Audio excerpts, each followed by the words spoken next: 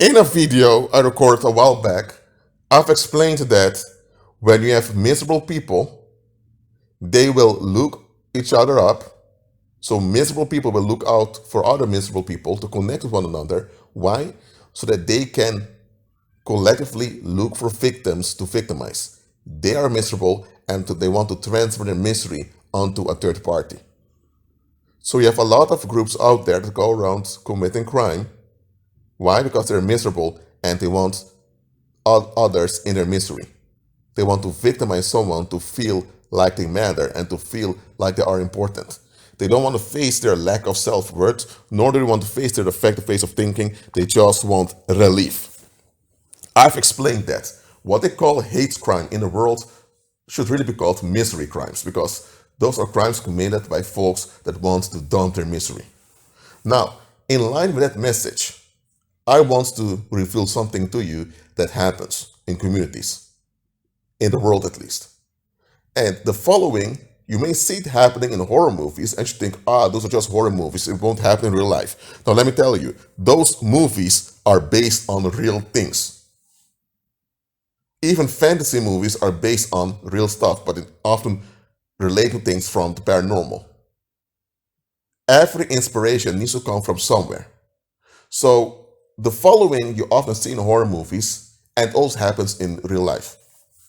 You have, let's say you have a common plot of a horror movie. You have the protagonist, which is a guy, and he's with his girlfriend, and they are going to visit some relatives, and things are fine. And suddenly, the guy sees an abandoned home over there, and he begins to think, hold on a minute, this home has been empty for almost a decade. Why isn't anyone selling it? Why isn't anyone looking at the place? So he knows a red flag. And when he begins to talk about it, suddenly he becomes a target. Suddenly, throughout town, there are rumors about him, about about things that happens in his bedroom or in his living room, all kinds of weird rumors that really don't add up. Anyone who hears them can realize that these are just sick lies. But here's the thing, he has become the target of the crowd. Why is that? Because he noticed something that people wanted to avoid. And because he was aware that something wasn't right, people felt threatened by him. So they put him in a negative daylight so that nobody would look at them. This type of gang stalking happens in horror movies often. Now, it also happens in real life. Think about it like this. Worldlings want relief. They don't want to face themselves. There are two ways to deal with difficulties and pain in daily life. One is you process them, or you flee from them and you end up needing to dump it on someone else. So you're either looking for a solution or you're looking for victims. And many people in the world, they look for victims. So let's say now that you had the guy called Roger, and people couldn't stand Roger because Roger was a type of man that he was cool with you, but when things went too far, he would just explain clearly, this isn't right. And people couldn't stand that because he also did that to older people. And all the other peers tolerated bad behavior from their parents and from older people. Roger did not. And by this, many of the older people took offense at him, and also many of the young people thought, who does Roger think he is? So they all developed this aversive attachment to Roger. Now they want to see Roger fail. Why?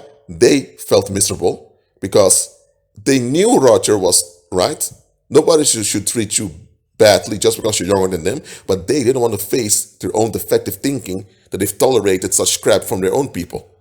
They didn't want to see their lack of self-worth. So it was easier for them to be upset with Roger and to hate on Roger than for them to face themselves. So they developed this anger towards Roger.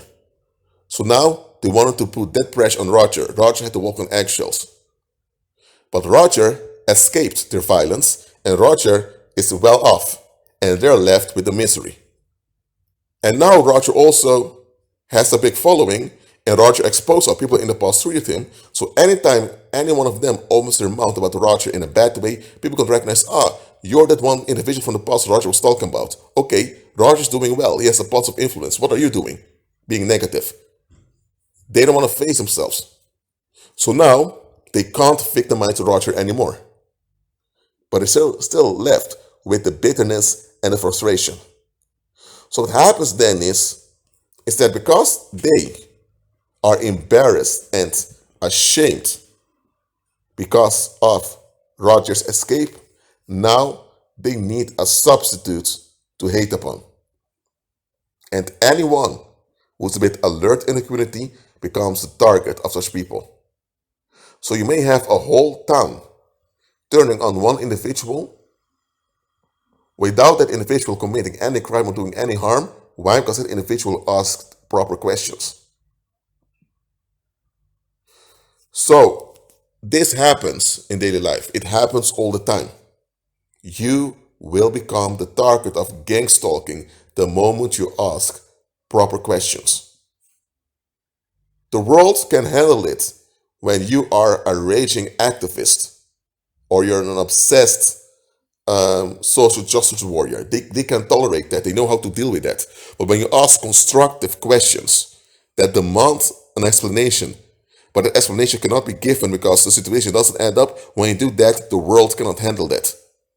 So when people notice that you're doing this, sooner or later, they will form groups against you. They'll begin to harass you, collectively stalk you, make life difficult on you, seeking to ruin your mental sanity.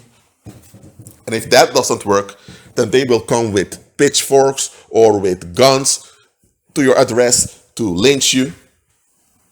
Hey, I'm telling it as it is. It's though too the police forces that are installed by the governments that much of these lynchings don't happen. Now, you have police officers that are doing lynchings here and there. Even though police officers were really there to hinder such lynching practices, which are quite common in the world. It goes like this. The moment you ask constructive questions, you become a target of gang stalking. Straight up. And gang stalking, in this case, is not some program from the government nor for some secret society. It's just that people don't want anyone to be able to see their darkness. And the moment you see true stuff, people will notice this about you and you will be the next target. They will seek to shut you down or to eliminate you from the earth so that they don't have anyone to challenge them. Do not underestimate these things, believer. So, miserable people need victims. When they come them, or if the victim they had is gone now because the victim has escaped, they will always go out and look for a substitute. They need to victimize to be at ease. Know what you're dealing with. Be at peace.